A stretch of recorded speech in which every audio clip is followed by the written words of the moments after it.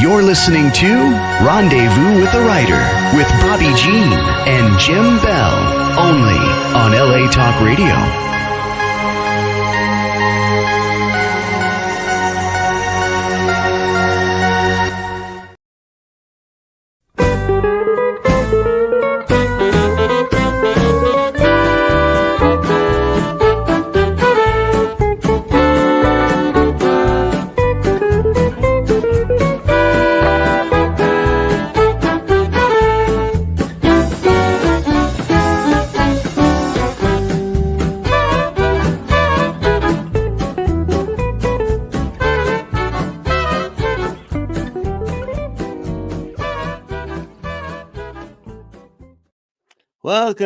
Welcome to Rendezvous with the Writer, where readers and writers meet, and story is everything.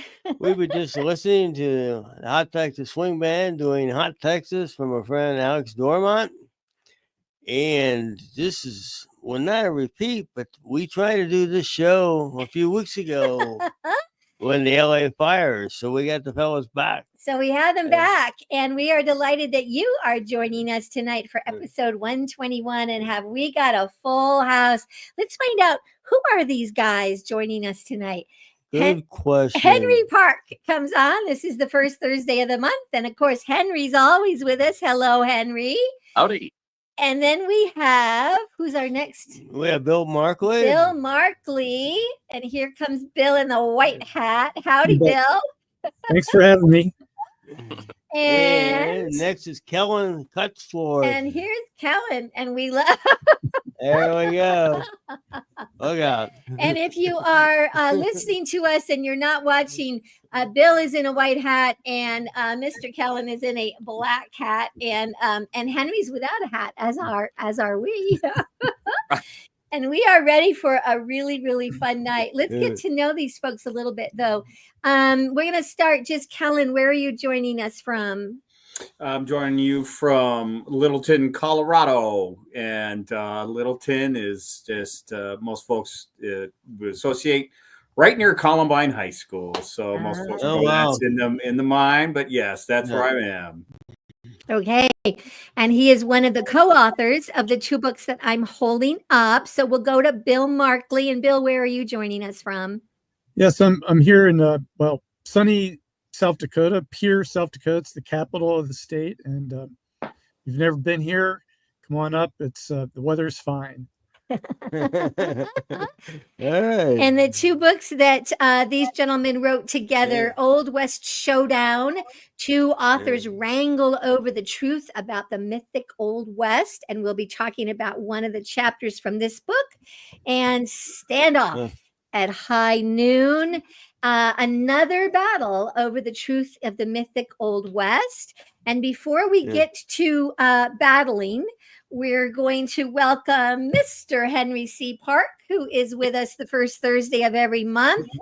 He is the film editor for True West magazine and the author of, Henry, what's the name of your book? I believe it's called The Greatest Westerns Ever Made and the People Who Made Them. Very good. Very good. Ding, ding, ding. He wins. Okay.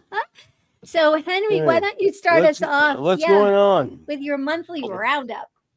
Well, I'll tell you now, the big Western news story for nearly a month now is the tremendous success of the Netflix miniseries American Primeval.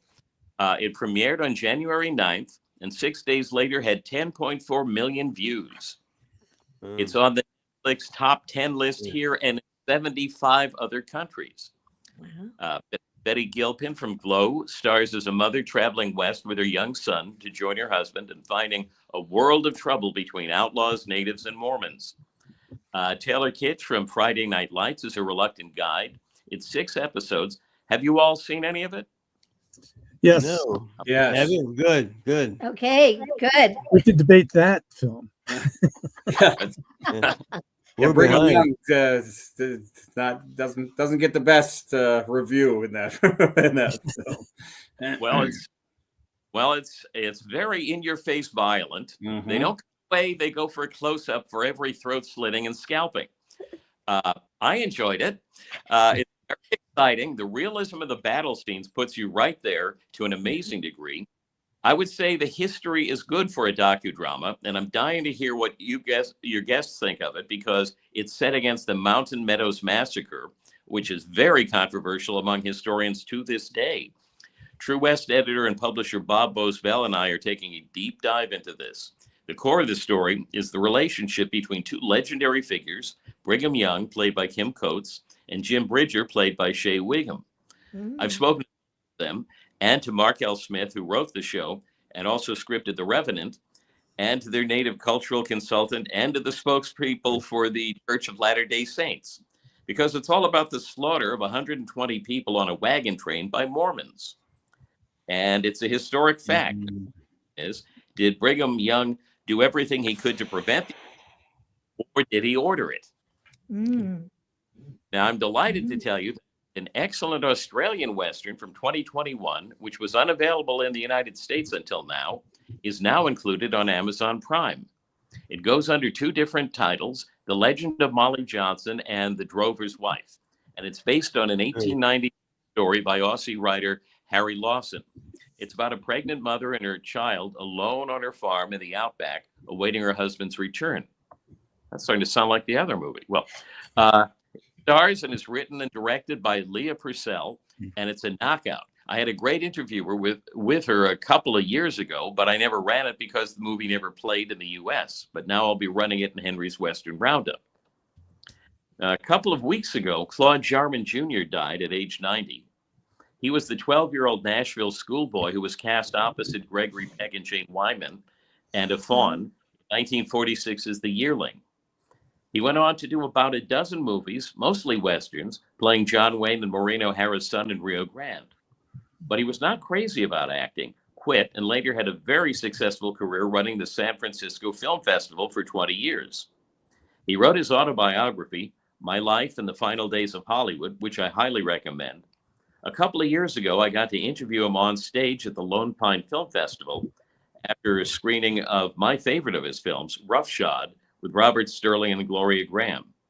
That interview is featured in the current Henry's Western Roundup, or rather it will be when Blogger starts working again for me. I've been trying to post it for a week. Ah. And you can read all about this and so much more at Henry's Western. I have to stop saying www, right? Henry's Western blogspot.com. Yay, Henry. Gentlemen, do either one of you want to make a comment about the movie that he just asked if you had anything you'd like to say about it? That you both seen this series? This would be something Kellen and I would both agree on. They played fast and loose with history on this thing. We did. When they say based on a true story, that's about where it ends with this story, I would say. Well, my thing was, they're covering the Mountain Meadows Massacre, and one of the major players is John D. Lee, and who eventually was the only person executed for what happened at the Mountain Meadows Massacre. Excuse me. And he was nowhere to be found in the film. He's instrumental in that story because it's what he said in his recollections before he was executed that led to the belief that Brigham Young was a culprit behind that he had ordered the murder of the people, and then of course then other people would say John D. Lee was the sacrificial lamb. He was thrown under the bus to sort of make things right and let's move on, sort of thing. So I was interested that he was not, that when they started out with the Mountain Meadows Massacre, which you're right is very controversial, even today in Mormon history. He was nowhere to be found, so I was kind of surprised at that. I think the other thing was there were no adults that survived the massacre. All adults were killed, and they just let children that were, I think, under the age of 8 live because they thought they would the recollection of the massacre would fade away after a while. They farmed out the kids to Mormon families, but later on, some of the kids had memories of the Indians going to the creek and washing off the war paint, and lo and behold, they're white men. So they played fast and loose in the history. Jim Bridger wasn't even around when that had happened. The Mormons had already ran him out of his fort, and the fort was burnt down. When the army was advancing on Salt Lake City, not as I don't know. I'm sorry. I'm a bad person to take to the movies. My wife always yells at me because I'm muttering under my breath. Look, they've got the wrong saddles. That's another thing. They had the wrong type of saddle in that film too. Just drive me nuts. So don't ever take me to the movies with you. I should have mentioned too that for context, John D. Lee was basically in the Mormon hierarchy, so he was seen as one of the upper in command, and so he was many believe was used as a scapegoat for after the massacre happened. And so that's what my big surprise was. Oh, who's going to be John D. Lee? And then he's just not even there. So wow. But other than all that, it was a fine movie. Well, I like good old violence. Don't get me wrong. So I like westerns. So of course. What did you want to say, Henry? I said I think I asked the right guys the question. Yeah, you did. I think you did. And by the way, Henry's book is a great book. I love it. Here we go. I'll hold it up. I'll hold it up again.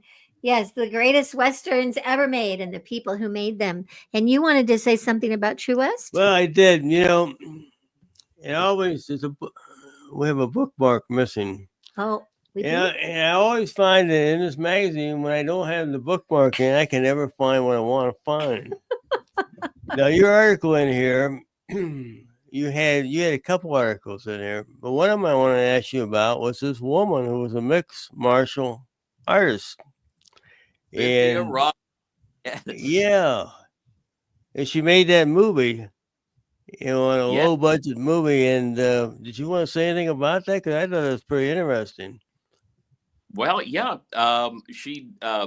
Cynthia Rothrock has been a big female martial arts star in movies for like 30 years. And she wanted to make her own movie, and she wanted to make a Western. And so she made this film, Black Creek. And it's a really surprisingly elegantly done Western. It's I think it was like $750,000 budget, shot in 12 days. Wow. And it looks terrific. But one of the curious things is that apparently everyone in the Old West knew martial arts, because she has cast it with every major living martial arts star. Right. And so in fact, oh gosh, I'm forgetting the name of one of the stars that said to her, by the way, was it true that they all knew all of this stuff? And she said, well, sure. The Chinese all came here for the gold rush, and they taught everyone martial arts. Yeah, she said that. You heard it here first.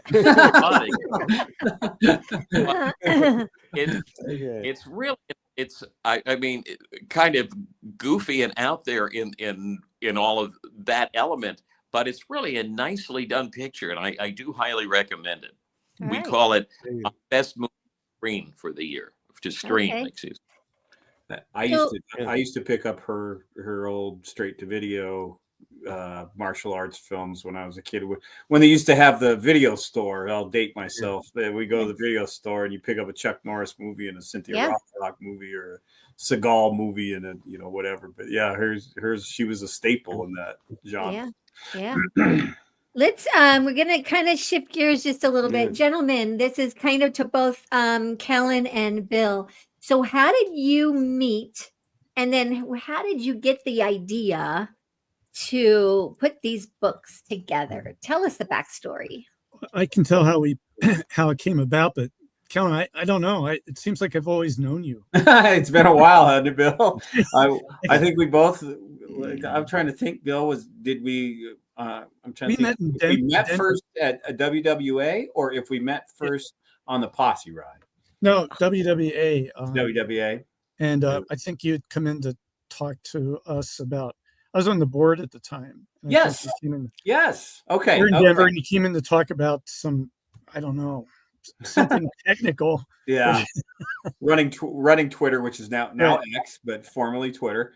And yeah, that's right. And me basically taking it over. And I think, Bill, it just so happened that you were meeting in Denver. So it's all pre-pandemic. So before everybody would just Zoom meet now, but they would actually get together. And I think everybody flew into Denver, wasn't it? Right.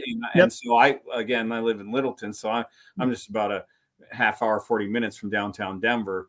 And so I came in and everybody had a meal, and I just talked about restarting their Twitter channel and our page. And of course now it's X, so I run their X page now. And yeah, that's where we met. I forgot about that. Good memory, Bill.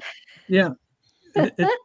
See, we can collaborate together and figure these things out. So the book, many years later, after Kellen and I had met, I was my wife and I were driving across Nebraska, kind of from one end to the other, and Chris Entz was along with us, and I think most everybody, you folks all know her. And as the miles went by, Chris and I were talking. We got on the subject of Cattle Kate, who was the only woman who was ever hanged in the state of Wyoming. And the big ranchers said that she was hanged because she was trading cattle for sexual favors. And I said to Chris, well, that's not right. They just wanted access to her water, and she wouldn't give it to them. So they got her out of the way. And we started going back and forth about, who was right, who wasn't. All of a sudden, it's like one of those cartoons, the light bulb came on. I don't know over whose head, maybe both of our heads at the same time. We thought, hey, what a great idea for a book. One person tells one side of the story, the other person tells the other side of the story. Chris couldn't make it, and Kellen stepped in and took over, and he's done a marvelous job. I mean, we've done 2 books back and forth doing this. And we'll talk about it later, but we've got a third one on the way. Oh, and it just happens one of the chapters in that book is going to be the Mountain Meadow Massacre. So, oh. so yeah, you hit the nerve right there. So I don't know, Kellen, maybe you want to tell them how the book's structured then. And yeah. And it's sort of a hired gun kind of deal here, where Chris is always so busy. I think she writes 40 books a year or something like that. Yeah. And so she said, well, hey, and actually Bill came up to me. And so then we started talking about it, and we said, well, how are we going to structure these? And so we just came up with the basic outline, which was, okay, we'll have just the facts. So everything that most historians and everyone agrees on, Civil War ended in 1865, blah, blah, blah, blah. Okay, we line those out, whatever we're covering. And then one of the 2 of us takes one side and the other takes the other. And we will switch. I won't always go first, and Bill won't always go last, and vice versa. And then one of us will write the just the facts, and then the other will take another chapter and he'll write just the facts. So we did it back and forth, and we thought, okay, 10 chapters. We wanted to make it palatable for people, so it wouldn't be this overwhelming tome that nobody wanted to read. We wanted it to be fun, and because that's the whole style of it is fun, and then we get to duke it out. And then I think at one, we felt, well, whatever you're passionate about, then that's the one you go for. And then there were other ones that we were less passionate about. It was kind of like a 50-50 sort of thing. And we said, okay, well, I don't know if this gives any way of our secret recipe, but some of it was a coin flip. So yeah, or horse trading, like, Kellen really wanted to do the good side of Buffalo Bill. So, exactly. So then I would get something that I really wanted to do. And sometimes we both just wanted to do the same side, and we had, like he said, we had to flip a coin or whatever. Yeah. But there was horse trading. Even though we might take a side that we don't particularly believe in, we try to write it in a way that the people that do believe that side of the story are justified by it. And we provide all our sources, and we have endnotes, and so people can then go follow up on their own if they want and do a deep dive. Yes. The books are very engaging reading. And if you think you know a little bit about something, I can tell you, if you read the chapter on that subject, you'll discover that there's a whole lot you didn't know, or you'll wonder, why didn't they include the thing that you thought you knew? Yeah. Good point. Try to spur you on to read more. That's the Spur you on, absolutely, to read more. We're going to assume that later when you give your addresses on where to find you, that you're going to get a few comments. Yeah. send your comment too, and you should have a placard to write, hold up and say. We'll give them Henry's email. Yeah, exactly. Did you so when the person who wrote the facts part, did the other person, when you reviewed it, did you find that you wanted some things changed in that facts part, or did you pretty much just go, all right, he's writing the facts part and I'm going to let that go? No, we review each other's stuff all the way through. And in fact, we collaborate. Like, if I find something that's going to help Kellen's side, I don't withhold it. I give it to him. And, vice versa, just because we want to we want to present both sides and let people make up their minds, Right. Right. Henry, you said something. I missed you. What'd you say? What kind of a lawyer are you? That's not.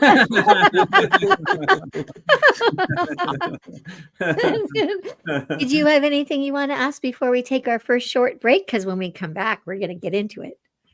No, just that, Henry, when we get into each one of the two sections that we're going to talk about, then we're going to expect you to come up and with the best movies.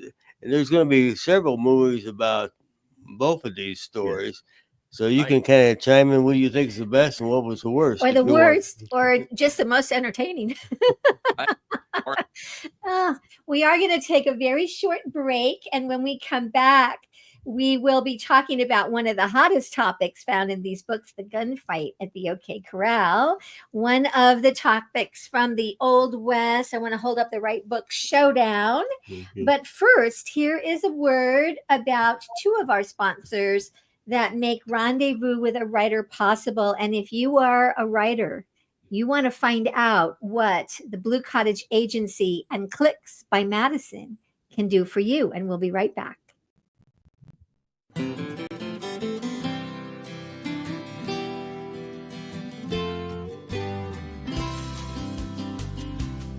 Rendezvous with a Writer is sponsored by Blue Cottage Agency and Clicks by Madison, your author publicity and book marketing team. Experienced, trusted, effective. Contact them today at bluecottageagency.com. Welcome back to Rendezvous with a Writer. And we have Henry Park, Cullen Cutsforth, and Bill Markley, and we're going to be talking about the gunfight at the OK Corral, and we've got some difference of opinion here. Yeah. You fellas want to take over? Who wants to start?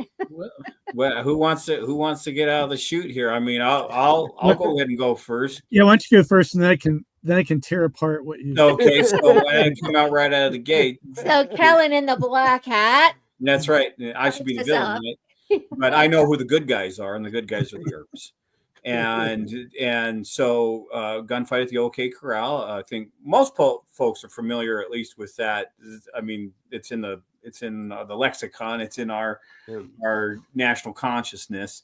Wyatt Earp and his brothers Morgan and Virgil and Doc Holliday, right, met at the OK Corral, and they took on the Clanton brothers, and they took on the McLowry brothers in what has basically become the most famous gunfight in the history of the Old West. There might be some debate, but I really don't think there is. I think that it's one of the most well-known.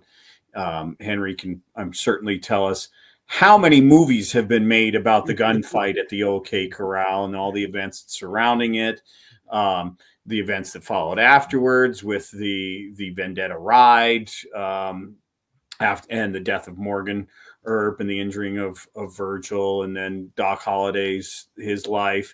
So it's one of the most famous moments in American history and definitely in the history of the Old West.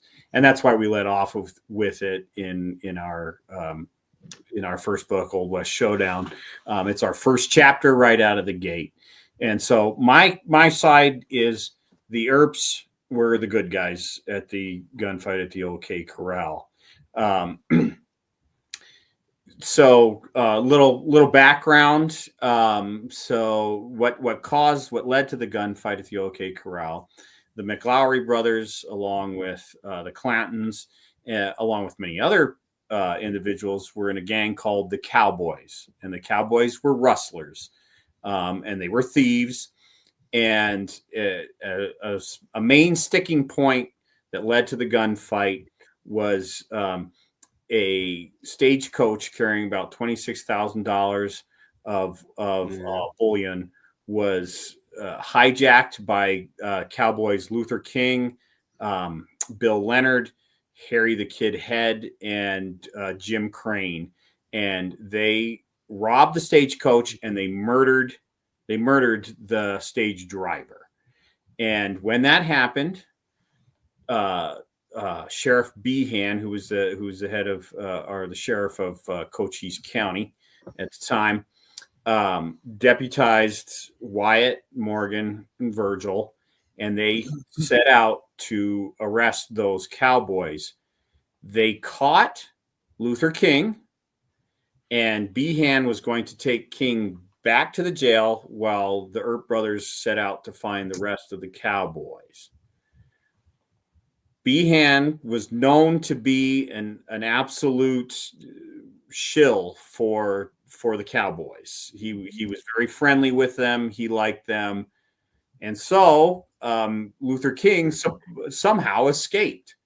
And this made Wyatt Earp very mad. This enraged him that they let a killer go and they let a thief go.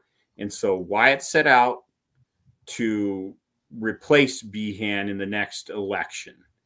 And so that's when all this starts, because a man named Ike Clanton, who was at the gunfight, and you probably know him from most of the movies. He's a character that shows up quite a bit.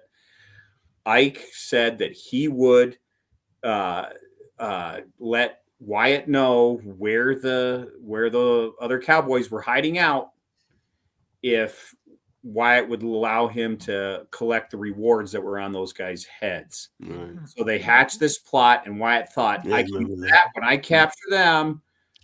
I can use that against Behan, and I'll win the election and take him out as sheriff. Well, that didn't happen because some other savory characters caught up with those guys who robbed the stagecoach, and they killed those guys who robbed the stagecoach. So all bets were off. Ike Clanton got upset because he thought that Wyatt was going to squeal and tell the other cowboys of their deal and what had happened. And he began threatening the Earps, all the Earps. And Doc Holliday was not one who to really take threats lying down. They started to get into a fight.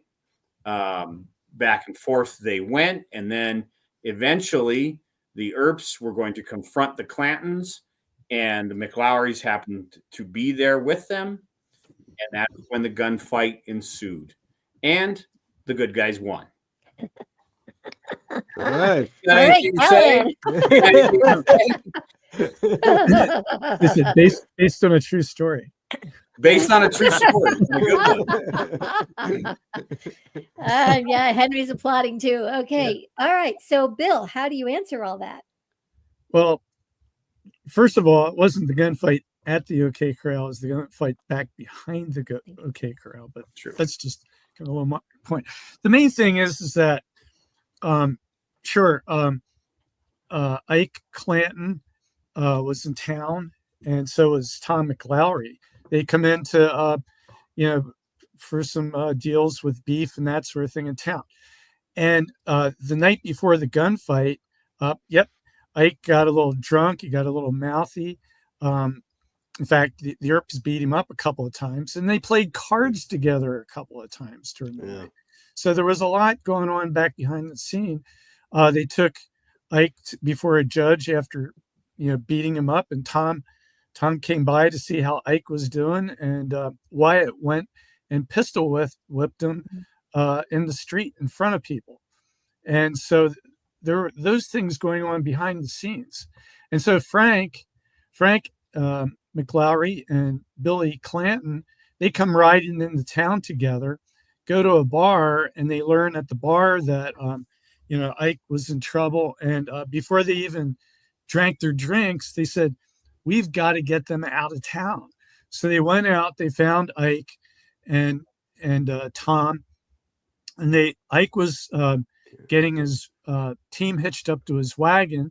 They were getting ready to leave town. In fact, Ike didn't have his, they had taken Ike's weapons away, and Tom didn't have his weapons. So when they were down back behind the OK Corral, getting ready to leave, Ike didn't have a weapon. Tom didn't have a weapon. Billy had a weapon, and Frank had a weapon. And so the Earps say, "Okay, we're going to go down there and disarm those guys." Well, one of the interesting aspects of the ordinance in town, you weren't supposed to carry a weapon in town.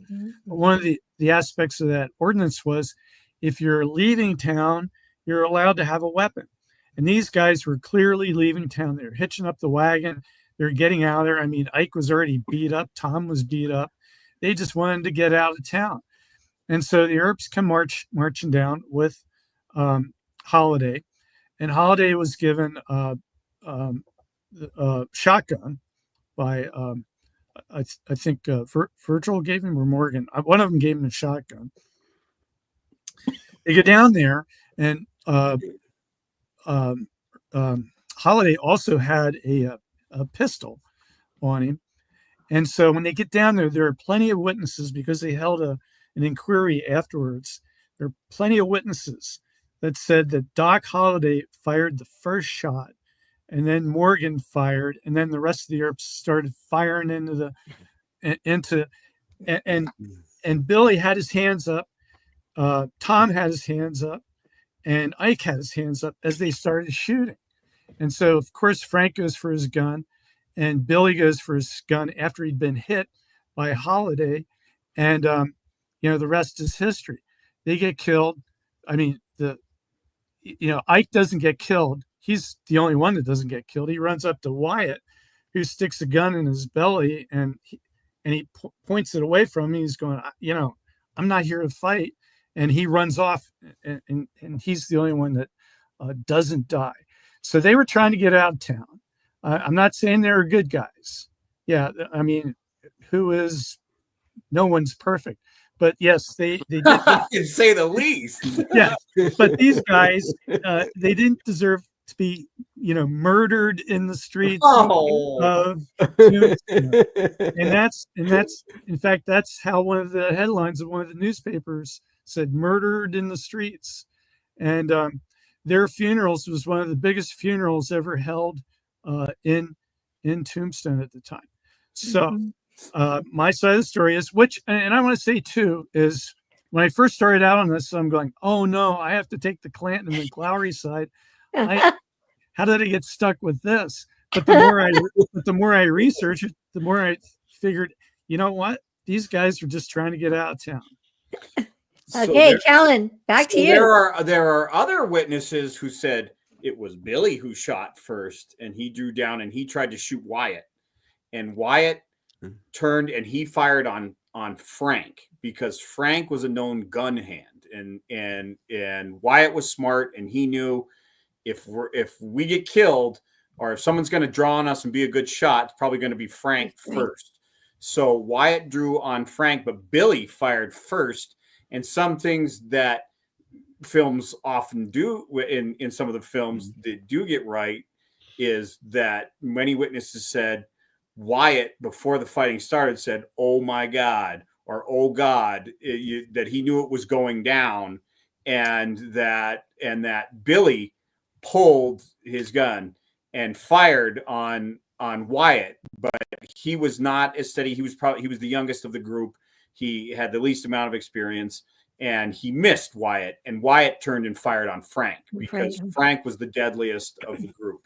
Well, And so I list witnesses in here that said that Holiday shot first. So and I list it in there that in the inquest, what happened at the end of the inquest? How did that come out? They go to trial, did they? Did they find that the Earps were guilty and go to trial? No, they didn't. They didn't, because Ike was a big fat liar during the inquest. Because the judge was friends with the Earps. It all starts with Ike.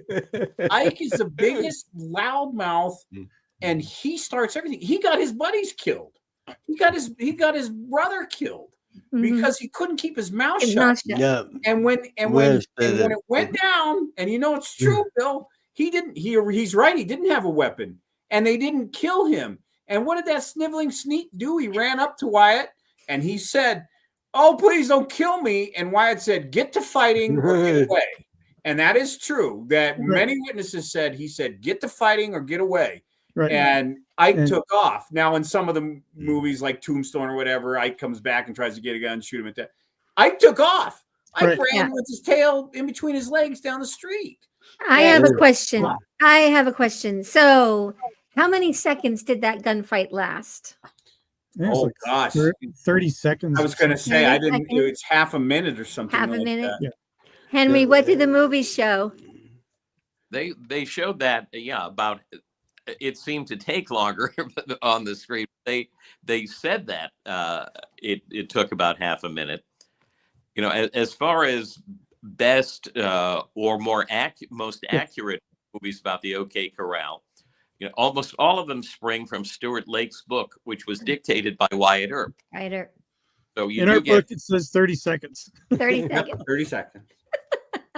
This is the truth in this book. Yeah. Yeah. Exactly. My side, not Bill's. Okay. And then my other question, because the image is so strong. So, did they walk down the street together for a cross as they were heading for that spot behind the OK Corral? Is that how they showed up there? It is. Yes. Okay. Yeah, we can agree on that. Yes. Yes, that's true. And I believe it is also true that there was a fire that someone was trying to put out at the time too. I believe that is accurate, as well as I think a boarding house or something had caught on fire. Okay. We have to go Bill back is to right. It was not in the corral. It's not. Yeah, it was not. Okay. Yeah, that is. Yeah. We have to go back to Henry now and ask him which one he liked the best. Okay, well, My Darling Clementine with Fonda as Wyatt and Victor Mature as Doc, I think is the best movie, but not the most accurate. The earlier Alan Dwan version, Frontier Marshal, with Randolph Scott as Wyatt and Cesar Romero as Doc, is excellent. Gunfight at the OK Corral with Frankie Lane singing, John Sturgis directing, Burt Lancaster as Wyatt, Kirk Douglas as Doc, is also very fine. The Costner film, Wyatt Earp, is a good biography of Wyatt. But the Tombstone telling of the gunfight, I think, is better. Costner's film focuses so much on Earp that you can't tell who the other characters are supposed to be. I agree with that. I think Tombstone is more effective as an ensemble story. But they're still all for the point of view of Wyatt Earp through Stuart Lake, which is why I recommend looking at Tombstone Rashomon from Alex, which is a crazy film, but it's really the premise is that a traveling news team comes to Tombstone to cover the gunfight, but arrives a day late and tries to reconstruct what happened by interviewing the survivors. And they show the gunfight like 4 or 5 times as different people described it. Wow. And it's a very interesting picture. Mm-hmm. Okay, and I'm not going to be anybody's Huckleberry. We need to move on. Yes, we need, because we have another exciting dialogue coming up. So we're going to break away, and we're going to go and hear from another one of our sponsors, OutWestShop.com. And when we come back, we're going to find out who are those guys and what happened to them.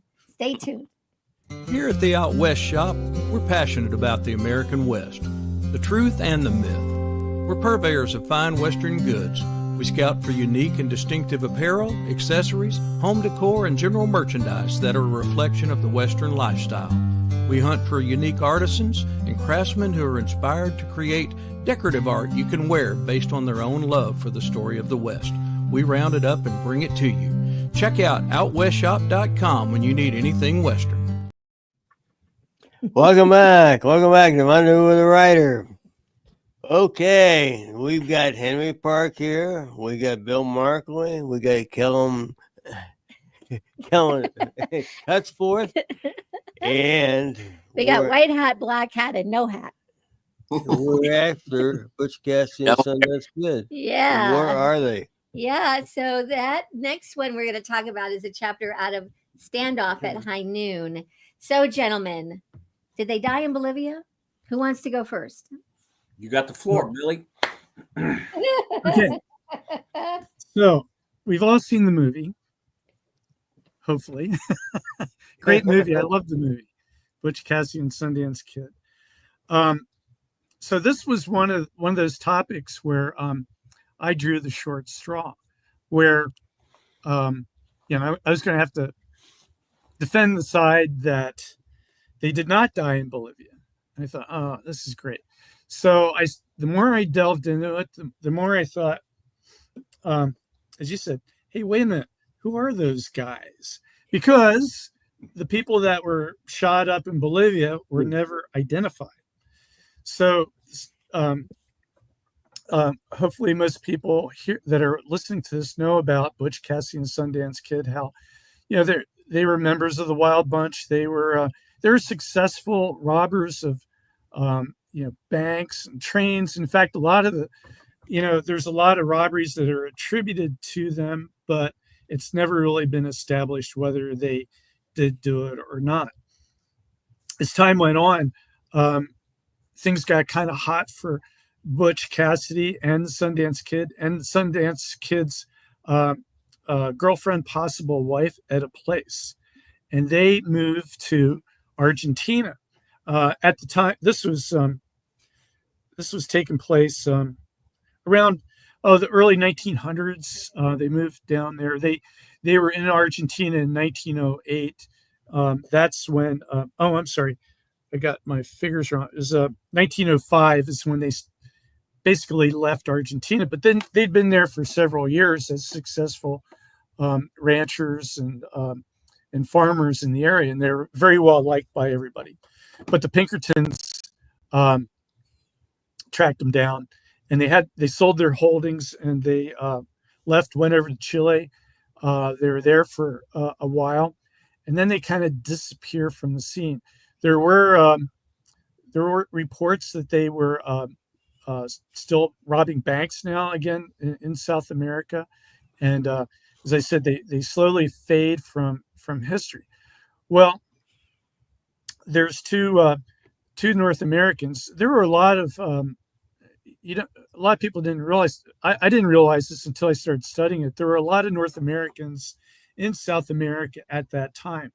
There was a lot of mines going on. Bolivia had mines, and there were two North Americans that were hired by this Bolivian mine, and worked there for a while. And those two guys later on held up a payroll going to a mine when they did this on November 4th, 1908. Well, those two guys raced away from the scene of the crime. They went to a small town called San Vicente, which was approximately 30 miles from the scene of the crime. They turn up there 2 days later. They get a room in town. They start acting kind of suspicious, and the local policeman, I'm paraphrasing a lot of things right now, but suspected them. Got a couple of soldiers, went up, and these guys started firing and killed one of the soldiers. They had him surrounded. It wasn't like in the movie where there was like a whole regiment surrounding them. It was just a few soldiers, cops, and the one guy gets wounded, and then the other guy gets wounded, and the one guy shoots the one in the head and then commits suicide. The end of those two people. They come in, they look through their bodies. There's absolutely no identification that it's Butch Cassidy's Sundance Kid. Nothing. There's no identification on these two guys. So even to this day, the official reports are that they were unknown characters. They did have business cards on them, but they were business cards of other people at that time. So they weren't their own business cards. The Pinkertons were still after Butch and Sundance. There were sightings after this incident at San Vicente. The Pinkertons were still after them. They tracked them down into Paris.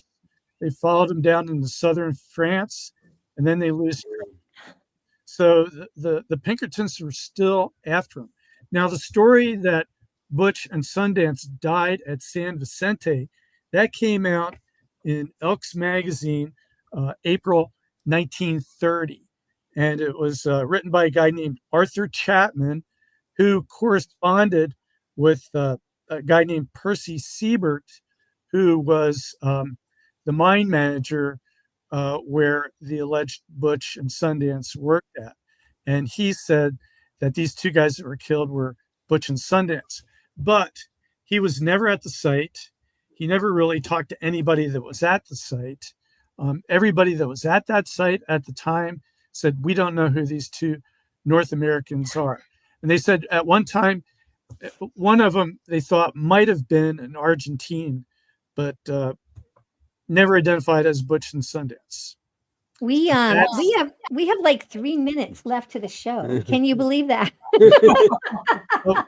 Okay, sorry. Okay, well, so quick. Okay, tell Bill's a liar. Those guys that died in San Vicente were Butch and Sundance, and that's the end of it. That was them. Read all about it. Yeah, Right? exactly. Oh my gosh, this is so much fun. So I'm going to get together with both of you in scheduling. We need to have you come back maybe in the fall, September or something, because there is so much to talk about. And Henry, wouldn't that be fun? Absolutely. Love to. Would you be willing to do that? Absolutely. Yeah. All right. So we'll get together with schedules. I want to be sure everybody has a chance to say where our audience can find you, and besides bookshop.org, where they can get your books and such. So Henry, we'll start with you. Okay, you can get The Greatest Westerns Ever Made, The People Who Made It, which is from Two Dot. You can get that at any fine book dealer. And of course, I'm in True West every issue, and I write articles for the INSP all the time at their blog. And find me in Henry's Western Roundup. Fabulous. Okay, Mr. Kellen, I'm so sorry we kind of shortchanged you there. That's Tell us okay. where That's we can okay. find You're you. wrong. I'm right. That's all that matters. So you can find End of me. story. You can find me. I write the Techno Savvy column in Western Writers of America's Roundup magazine. And you can also find me on X at Western_Writers. I run the Western Writers X page, and you can also find me on Facebook. Just look for Kellen Cutsforth. It's a very unique name, so you're not going to get a lot of people under that. And then, of course, you can find my books, same as Henry said, where all fine books are sold. And of course, on Amazon, if you just look under Kellen Cutsforth, you'll find me there. All right. Mr. Bill Markley, what about you? Sure. Yes, you can find find my books on any internet bookstore, or you can order them through your local bookstore, which I would recommend. Support our local bookstores. Yep. And I write a column for Roundup magazine also called Wild Bill's Wild West, which can be any wild topic. I also write for Cowboy State Daily. It's a Wyoming paper. I've got a book coming out. It's going to be in the fall on Jim Bridger, which covers all kinds of things, including the Mountain Meadow Massacre and the burning of his fort. And I try to tell the true history of Bridger, and he was an amazing character. So, and I got to throw a plug in for Kellen and I. We're coming out with a third standoff book, and we're going to cover the Mountain Meadows Massacre. We will. On All that. right. So, Next week, please come back and join us. We have 2 authors that'll be with us. Catherine Brown Ramsberger returns with her book, 1,000 Flying Things, and we'll be with her, but she'll be hosting a really good friend of hers. This book is also an amazing read, California Sister, written by Gloria Mattinoni, and they will be with us next week. You have a quick quote? We have 2, but we're going to do one. Yeah, because we're like out of time. Mr. Sam, hopefully you'll let us. We've been kidding around for the '69 film, Butch Cassidy and the Sundance Kid. Who are those guys? They're right here, and they're going to be back. Thank you so much for being with us. See you down the trail. Thank you. Hey.